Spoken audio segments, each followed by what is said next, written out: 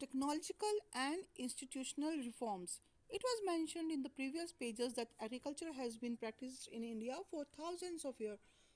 हजारों साल से कृषि हो रही है देश में. Sustained use of land without compatible techno institutional changes have hindered the pace of agricultural development. तो कृषि में जो कृषि के लिए जो सॉइल है ना, वो जो मिट्टी है वो जो है वो वही मिट्टी है जिसको आप थाउजेंड ऑफ ईयर्स से यूज़ कर रहे हैं. उसी मिट्टी पर आप फसलें उगा रहे हैं और देन वो सस्टेन्ड यूज़ ऑफ लैंड मतलब उसी लैंड को आप कीप अप कर रहे हैं विदाउट कंपैटिबल. और जब नई नई टेक्नोलॉजिकल इम्प्रूवमेंट्स जो हो रही हैं टेक्नोलॉजी में, वो अगर आप यूज़ नहीं कर रहे हैं तो जो जो एग्रीकल्चर की डेवलपमेंट है उसकी जो पेस है स्पीड है वो कम ही रह जाती है. In spite of development of sources of irrigation most of the farmers in large part of the country still depends on the monsoon. अब इंडिया का जो फार्मर है वो अभी भी मानसून पर डिपेंड करता है, बारिश पर डिपेंड करता है, निर्भर करता है खेती के लिए. और वो नेचुरल फर्टिलाइजर्स यूज़ करता है, नेचुरल फर्टिलिटी सॉइल की यूज़ करता है in order to carry on their agriculture. तो एक सीरियस जो हमारी जो पॉपुलेशन है वो इज़ ग्रोइंग ऑन, ये ग्रो होती जा रही है. अब पहले 30 मिलियन पीपल थे, अब 1 अरब से भी ऊपर जनसंख्या है भारत की. तो यहाँ पर क्या कि उसी लैंड पर ये प्रेशर है कि उस इतनी बड़ी पॉपुलेशन को फीड करना है, खाना भी प्रोवाइड करना है. Thus, collectivization, consolidation of holdings, cooperation, and abolition of jamidari were given priority to bring about institutional reforms in the country after independence. जब भारत स्वतंत्र हुआ तो संस्थागत जो सुधार किए गए, कुछ क्या सुधार किए गए? कलेक्टिवाइजेशन मतलब लैंड को कलेक्ट कर लिया गया, एक एक लार्ज पीस ऑफ लैंड में कन्वर्ट किया गया. होल्डिंग्स जो थी लैंड होल्डिंग्स वो उसको भी कंसोलिडेट किया गया, इकट्ठा किया गया. और जो जमींदारी प्रथा थी उसको ख़त्म कर दिया गया. Land reforms was the main focus of our first 5 year plan. तो देखिए पहला जो 5 साल फर्स्ट 5 ईयर प्लान जो इंट्रोड्यूस हुआ था आफ्टर इंडिपेंडेंस 1950 में आई थिंक इंट्रोड्यूस हुआ था. तो इसको इसमें क्या किया कि प्रायोरिटी पे रखा गया लैंड रिफॉर्म्स को. The right of inheritance had already led to the fragmentation of land holding necessitating consolidation of holding. तो क्या हुआ कि जो इनहेरिटेंस, राइट ऑफ इनहेरिटेंस मतलब जो पेरेंट की प्रॉपर्टी है वो फर्दर चिल्ड्रन को मिलती है, चिल्ड्रन की प्रॉपर्टी नेक्स्ट फर्दर जनरेशन में. तो धीरे धीरे जो एक पीस ऑफ लैंड होता है वो और छोटे पीसेस में लैंड में डिवाइड होता गया. और वो सारा जो लैंड था वो फ्रैगमेंट्स में डिवाइड हो गया. ठीक है, तो उसको इकट्ठा करना मेन फोकस है फर्स्ट 5 ईयर. यहाँ पर एक ये देखो 100 जैसे ये बताया 100 बीघा की ज़मीन है वो 50 बीघे में कन्वर्ट होती है, 50 से 25 में, और 25 से फिर मतलब और 12.5 मिल रही है किसी पर्सन को. तो laws of land reforms were enacted but the laws of implementation was lacking और ल्यूकवार्म. तो क्या कहता है, कह रहा है कि जो सुधार ज़मीन सुधार के जो सुधार के लिए जो कानून बनाए गए थे ये वो सारे मतलब एनेक्टेड नहीं हो पाए, मतलब वो पूर्णतः लागू नहीं हो पाए. और स्लोली लागू हुए और उसके कारण क्या हुआ कि बहुत ज़्यादा सुधार जो चाहिए था इनमें तो ये नहीं हो पाया. The government of India embarked upon introducing agricultural reforms to improve Indian agriculture in the 1960 और 70. 1960 और 70 में इंडिया गवर्नमेंट ने ट्राई किया कि ये एग्रीकल्चर में रिफॉर्म सुधार और ज़्यादा लाए जाएं. Green revolution based on the use of package technology and the white revolution of operation flood was some of the strategies initiated to improve the concentration of development in few selected area. तो green revolution आपको पता है हरित क्रांति बोलते हैं. और उसमें क्या हुआ कि high yielding variety seeds use करके HYV हाई यील्ड मतलब पैदावार ऐसे सीड्स यूज़ किए गए जिससे ग्रेन जो होता है वो बहुत ज़्यादा पैदावार होगी ग्रेन की. और उसके कारण क्या हुआ कि जो इंक्रीजिंग पॉपुलेशन है उसको फीड करने के लिए.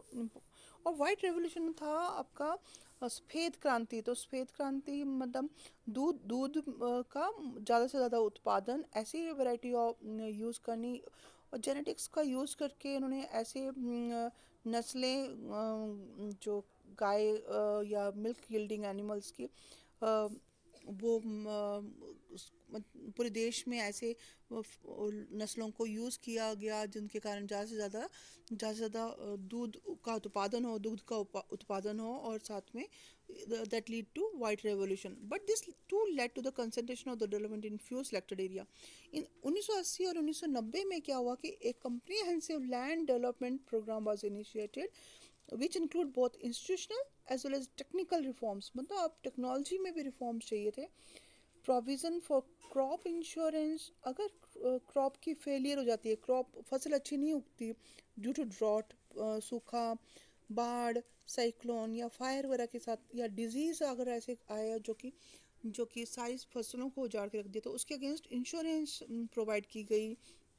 कोऑपरेटिव सोसाइटी प्रोवाइड की गई, जो ऐसी कोऑपरेटिव सोसाइटीज़ होती हैं, सहकारी संस्थाएं, जो कि जैसे दूध इकट्ठा करके और वो उसको बड़े लार्ज स्केल में उसको बाहर इंडस्ट्रीज ज़रा को प्रोवाइड करती हैं. तो इस तरह से बैंक में लोन की फैसिलिटीज़ प्रोवाइड की गई, और फार्मर्स को लोअर ले, और उनके जो रेट ऑफ इंटरेस्ट थे वो काफ़ी कम थे. ये सारे बहुत इस डायरेक्शन में बहुत सारे स्टेप्स थे. किसान क्रेडिट कार्ड, KCC, किसान क्रेडिट कार्ड. किसान क्रेडिट कार्ड जो थे ये भी प्रोवाइड किए गए यहाँ पर, ताकि कि किसान जो है वो ऐसे स्कीम थी government of India for the benefit of the farmers. Special weather bulletins, जो मौसम की जानकारी देने के लिए वेदर बुलेटिन्स, और जैसे एग्रीकल्चर कौन से सीड्स यूज़ करने चाहिए, फर्टिलाइजर्स में भी सब्सिडीज दी गई प्रोग्राम्स, और अच्छी वैरायटी के सीड्स जो थे वो प्रोवाइड किए गए, ताकि एट मिनिमम सपोर्ट प्राइस, मतलब कम मूल्य पर अच्छे बीज प्राप्त प्रोवाइड किए गए, ताकि कि मोर से मोर प्रोडक्शन हो, और साथ में इंडिया एक सफिशिएंट यूनिट बने. अब एक और पढ़ते हैं हम, भूदान और ग्रामदान. गांव का दान, भूदान मतलब जमीन का दान. महात्मा गांधी ही declared Vinoba Bhave as his spiritual hair. Mahatma Gandhi ने विनोबा भावे को अपना आध्यात्मिक मतलब हेयर होता है जो उत्तराधिकारी बोला था. ही आल्सो, और उन्होंने जो था सत्याग्रह में पार्टिसिपेट किया था. सत्याग्रह एक मूवमेंट थी, आपको पता है, और उसमें ग्राम स्वराज्य का एक नारा दिया गया था. ग्राम स्वराज्य, गांव में अपना राज. तो देखिए, आफ्टर गांधी मर्त्यरडम, जब गांधी जी नहीं रहे, विनोबा भावे ने क्या किया. विनोबा भावे उन्होंने ये प्रोग्राम कैरी ओवर किया. कैसा प्रोग्राम था उनका, सॉरी, विनोबा भावे ने ये प्रोग्राम कैरी ऑन किया.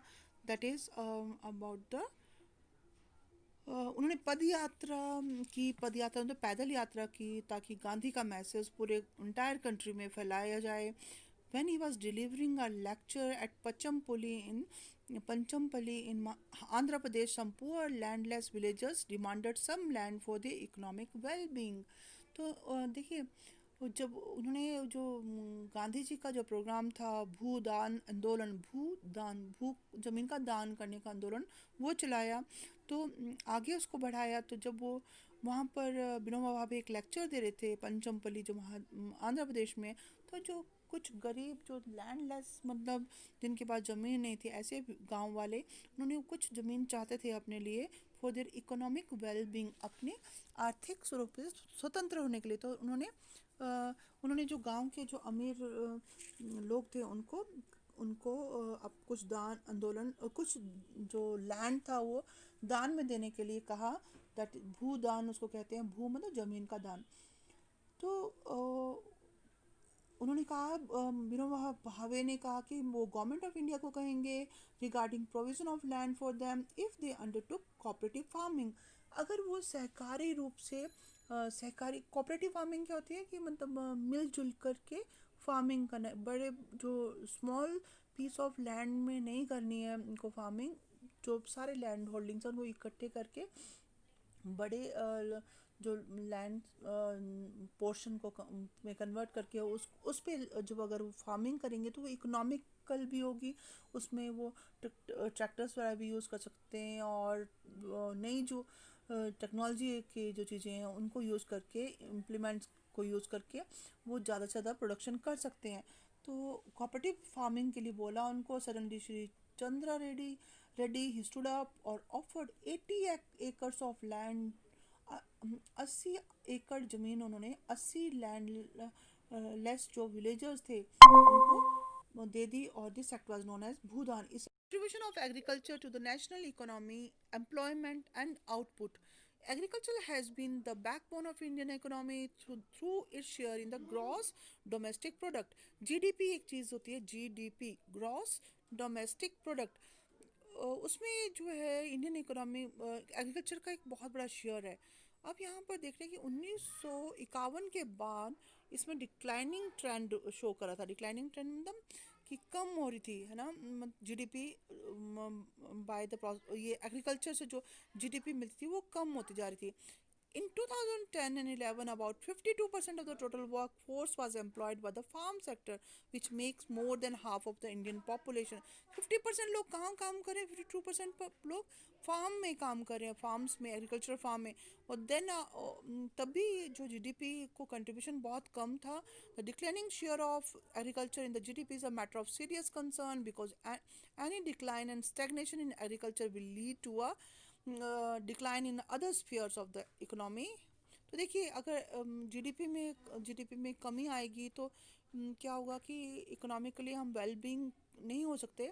तो इसलिए जो एग्रीकल्चर एक बहुत इंपॉर्टेंट सेक्टर है। इंडिया गवर्नमेंट ऑफ इंडिया ने क्या किया, देखिए ICAR Indian council of agriculture research, ICAR Indian council of agriculture research, और ICAR ये आपकी फुल फॉर्म आ सकती है agriculture universities, veterinary services, veterinary होते हैं जो एनिमल्स होते हैं उनको उनकी सर्विसेज, ये सब चीज़ें उन्होंने इंट्रोड्यूस की। यहाँ पर एक टेबल 4.1 में एक टेबल दिया गया है जिसमें कि क्या 10th 5 ईयर प्लान में या कैसे एग्रीकल्चर पर जीडीपी, एग्रीकल्चर कितना शेयर है जीडीपी में, ये शो कर रहे हैं। तो it is clear that though the GDP growing rate is increasing over the years, it is not generating sufficient employment in opportunities in the country. तो ये क्या करे कि रोजगार के उचित अवसर नहीं प्रोवाइड कर रहा है ये। The growth rate in agriculture is decelerating, which is an alarming situation. Today, Indian farmers are facing a big challenge from international competition. जो विदेशी भी बहुत ज़्यादा कंपटीशन है, और हमारी जो गवर्नमेंट है वो पब्लिक इन्वेस्टमेंट जो एग्रीकल्चर सेक्टर में है वो कम कर रही है। देखिए, इरिगेशन, सिंचाई, पावर, जो इलेक्ट्रिक पावर, रूरल रोड्स, गांव में जो रोड्स है, मार्केट्स, और साथ में ये सब चीज़ें जो है ये इन सब में गवर्नमेंट प्रोवाइड कर रही है सफिशेंट मनी, सब्सिडी दे रही है फर्टिलाइज़र्स में। जो भी फर्टिलाइज़र्स जो यूज़ करने होते हैं इसमें एग्रीकल्चर के लिए, उसमें सब्सिडी दी जाती है, मतलब कम रेट पर दी जाती हैं, ताकि, और ये सब उसके कारण क्या है कि ताकि कि जो कॉस्ट ऑफ प्रोडक्शन है वो वो ज़्यादा इंक्रीज नहीं हो। बट ये धीरे धीरे कम कर रही है गवर्नमेंट। उसके कारण क्या हो रहा है कि reduction in import duties on agriculture product had prove detrimental to the agriculture. देखो, जो गवर्नमेंट की पॉलिसीज हैं they are not in the favour of the farmers. जो पिछले 10 to 11 ईयर्स से उसके कारण क्या है कि एग्रीकल्चर प्रोडक्शन को बहुत ज़्यादा लॉस सफ़र करना पड़ रहा है। फूड